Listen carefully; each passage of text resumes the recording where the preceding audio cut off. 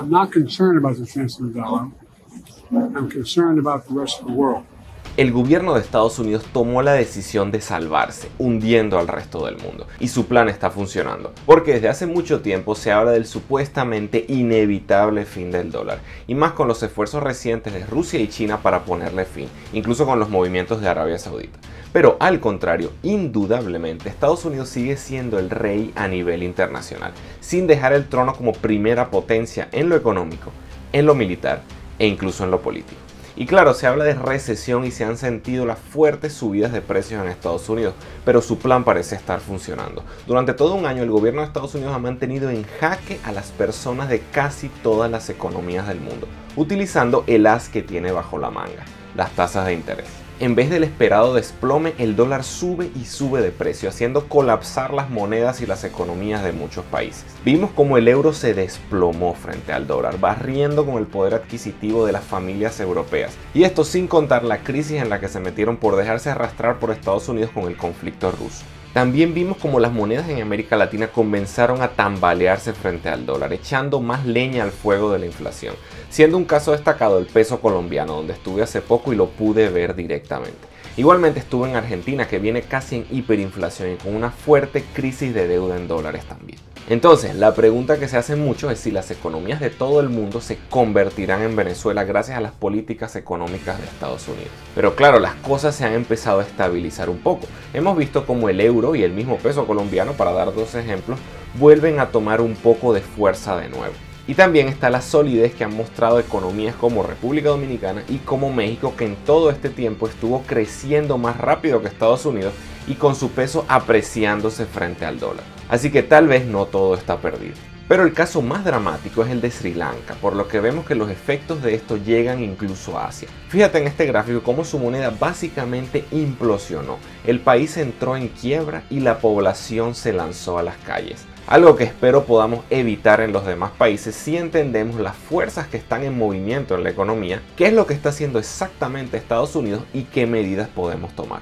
Por eso, para aclarar el panorama, tengo de invitado nuevamente al economista César Villalona, quien pondrá sobre la mesa todo lo que necesitas saber para sacar tus propias conclusiones. Así que suscríbete al canal. Cuando Estados Unidos sube la tasa de interés, se hace más atractivo para recibir crédito. Y por lo tanto, los bancos centrales de los demás países tienen que seguir el mismo rumbo. Entonces se da el mismo fenómeno. Suben los intereses allá y hay que subirlo en otro lado, porque si no, las posibilidades de financiamiento externo se reducen para países como República Dominicana, sobre todo los más pequeños. Entonces siguen el camino de Estados Unidos por el peso que tiene ese país en la economía internacional, que es la economía más grande del mundo. Pero además lo está haciendo Europa. Entonces ya estás hablando de casi la mitad de la economía mundial, un poco menos. Y lo otro es que la capacidad de consumo de la población también se ve afectada. Con el alza de la tasa de interés, entonces los créditos que tiene la gente consumen más del ingreso, el pago de esos créditos, y se dificulta el financiamiento para la población. Y se incrementa la deuda en general, pero el alza de los intereses significa que un país que, por ejemplo, tiene crédito, voy a poner el ejemplo de un país de América Latina, El Salvador, que tiene una deuda pública de 24.600 millones de dólares. Los intereses no son parte de esa deuda, que lo que se calcula es la deuda desembolsada, lo que se ha recibido como desembolso. Hay que pagar eso, pero sobre eso hay que pagar intereses.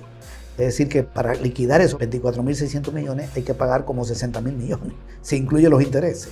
Entonces, la tasa de interés sube y está consumiéndose en el pago de la deuda de los presupuestos de los estados y de los empresarios privados un porcentaje más alto de interés. Y eso afecta el gasto público y afecta las utilidades de las empresas.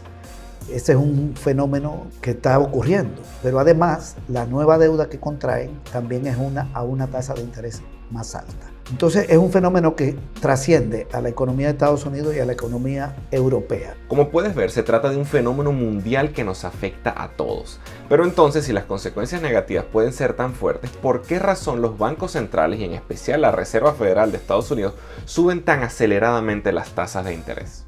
El alza de la tasa de interés obedece a una concepción de política económica según la cual la inflación se debe a un exceso de demanda. Es decir, los precios de los bienes y servicios suben cuando hay un aumento de la demanda global, es decir, del consumo de la población, del consumo de las empresas, que se llama inversión, y del consumo del gobierno, de los gastos del gobierno. está basada en una concepción de un economista inglés llamado Keynes, que decía que cuando hay mucha demanda suben los precios y cuando la demanda global baja sucede lo contrario. Los precios se estabilizan, pero cae la inversión privada y aumenta el desempleo. Entonces Keynes decía que no podían coexistir el desempleo con la inflación, que la economía tenía dos problemas: inflación por exceso de demanda global o desempleo por falta de demanda global.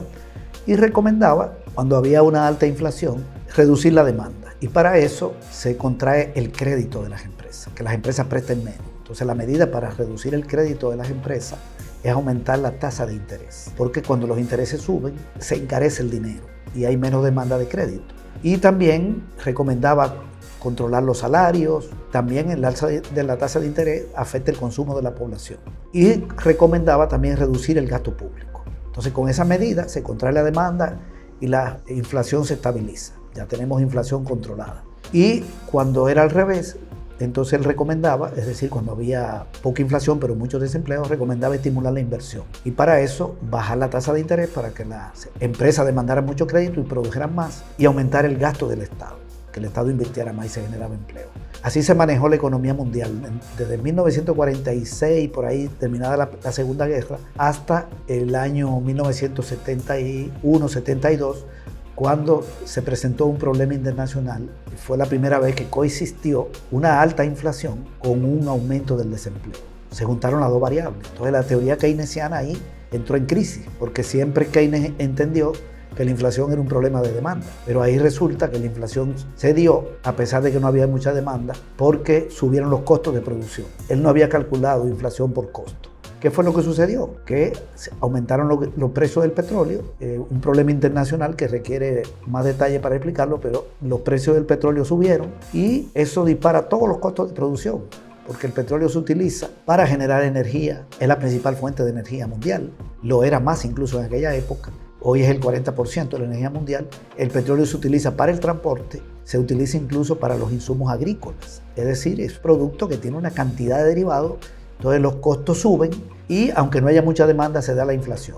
Entonces ahí cuando coexistieron inflación con baja producción, estancamiento de la producción y desempleo, surgió un concepto nuevo que se llama estanflación, que es una combinación. Fue la primera vez que se combinó eso. Hoy se está viviendo un fenómeno parecido. Tenemos una inflación alta que viene desde antes de la guerra de Ucrania por la reactivación de la economía mundial en el 2020. A finales del 2020 ya estaba recuperándose los precios del petróleo. En el 2021, que fue de crecimiento económico y de alza del precio del petróleo, fue un año de inflación alta en todas las economías del mundo. Y en el 22 vino el agravante del conflicto en Ucrania a partir de marzo, que dispara más los precios de la energía y afecta la cadena de suministro. Hay toda una problemática internacional de alza de costos y está disparada la inflación. Entonces las grandes economías están teniendo alza de precios y las pequeñas. Entonces están tomando medidas de control del crédito, subiendo la tasa de interés, pero no van a ser efectivas. No pueden ser efectivas porque no se debe a exceso de demanda. La inflación se debe a alza de costos. Mientras la energía esté cara y esté caro el transporte, los fletes y afectada la cadena de suministro y los insumos agrícolas, los precios van a subir por más que contraigan el crédito y el medio circulante. Entonces la política le está fallando. Entonces están provocando en Estados Unidos, por ejemplo, una menor inversión porque hay menos crédito, un crédito más caro para las empresas. Hay caída de la demanda, porque una persona que le suben la tasa de interés y tiene 2 o 3 créditos, entonces tiene problemas para consumir más, tiene que pagar más dinero. Y ya las proyecciones de crecimiento económico están bajando, es decir, tiende hacia un estancamiento y hay una inflación. Es decir, estamos parecidos al fenómeno de principios de los años 70, donde están combinadas las dos variables. Lo mismo está pasando en Europa, está pasando en muchos países, incluso aquí en República Dominicana. Han subido la tasa de interés y todavía la inflación no se controla. Claro, si contrae mucho el circulante, si hay una contracción muy fuerte del circulante, se podría combatir la inflación aún con un costo alto, pero eso significa una contracción muy grande que genere mucho desempleo y mucha pobreza. Entonces la solución es atacar los costos de producción y para eso se necesita ponerle fin a la guerra en Ucrania, normalizar los suministros de combustible, normalizar el transporte, estabilizar los precios de la energía y reducir los costos de los insumos. Mientras tanto, si eso no se logra, vamos a seguir con inflación alta y con estancamiento económico. Lo que están haciendo algunos países, como los de Europa, es acercando su moneda al dólar. ¿Con qué lógica? Al acercarlo, favorecen sus exportaciones. Para un europeo que vende un producto en el exterior y por $1 que lo vendía le daban 80 euros y ahora le van a dar €1, que se ponga el 1 por 1, el exportador tiene más competitividad, vende más, genera más divisa y el producto de Estados Unidos se hace más caro en Europa. Pasa lo contrario. Entonces es un mecanismo que tiene como propósito generar una reactivación de la producción, pero que genera toda una problemática de competitividad, en este caso para Estados Unidos. Pero si el producto de Estados Unidos es más caro en Europa y siempre entra, entonces también genera un proceso inflacionario, porque la devaluación genera inflación. De manera que están en un enredo. Para generar competitividad devalúan el euro, pero encarecen las importaciones. Mientras estemos con este problema de alza de costos que afecta la competitividad de las empresas exportadoras y que produce devaluación en Europa y en otros países, no hay salida, porque la devaluación le da competitividad al exportador, pero genera inflación. Y la inflación provoca alza de los intereses, porque si los intereses no suben, en una economía que tiene una inflación de 8%, de 9% y los intereses no suben, hay una retirada de los ahorros. También hay que proteger a los ahorrantes. Entonces se sube la tasa de interés que se paga sobre los ahorros, que es la pasiva, y se aumenta la activa. Estamos como en un círculo vicioso. Subir intereses para controlar el circulante. Devaluar monedas en algunos países para generar competitividad, pero sube la inflación interna. Y luego subir los intereses también para que no haya una retirada de los ahorros, para que la tasa de interés no se haga negativa. Y el alza de los intereses sube costos. Y el aumento de costos genera más inflación. Entonces yo lo que siento es que esa política no es la más conveniente. Hay que atacar los costos y para eso hay que ponerle fin a la guerra. Ahora bien, lo que han estado haciendo Estados Unidos y Europa, al contrario, es impulsar más la continuación de la guerra, enviando armamento cada vez más avanzado y muchos más millones de dólares en financiamiento. Así que por ese lado, la cosa sigue. Pero lo que sí hemos visto es que aparentemente las tensiones en las cadenas de suministro se han reducido, haciendo caer los precios del transporte hasta niveles más normales. Y parece que sí se ha dado una fuerte reducción de demanda, porque los precios de los commodities también se han ido reduciendo a pesar de la guerra. Entonces, si estamos viendo desaceleración de la inflación, al menos en Estados Unidos, lo más probable es que venga asociada a un aumento de la pobreza y del desempleo. Por eso es importante que analicemos a mayor profundidad la crisis de los años 70 para ver si es un espejo de lo que está por venir. Y eso lo hacemos en este video. Soy Gabriel González Florentino, el economista y youtuber, y recuerda que todo sistema tiene su método y el método funciona. Would be a catastrophe unlike any other.